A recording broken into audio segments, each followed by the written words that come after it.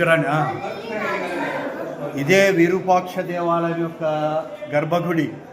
ఇదే మండపంలోనే 520 సంవత్సరాల కిందట మన దక్షిణ భారతదేశ మహారాజు శ్రీకృష్ణదేవరాయలు 1509 ఫిబ్రవరి మాసంలో రంగరంగ వైభవంగా ఇదే రంగమండపంలో ఇదే విరూపాక్ష స్వామి ఆలయము ఎదుట పట్టాభిషేకం చేసుకొని జగత్ విఖ్యాతి చెంది అందరి మన్నలు అందుకున్నారు.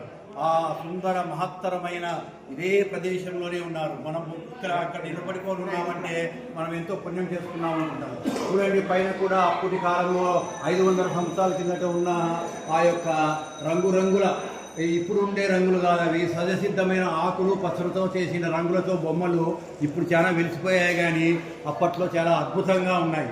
ఇదే మండపంలోనే శ్రీకృష్ణదేవరాయలు 1509 ఫిబ్రవరి మాసంలో పట్టాభిషేకం చేసుకున్నారు. జై హింద్.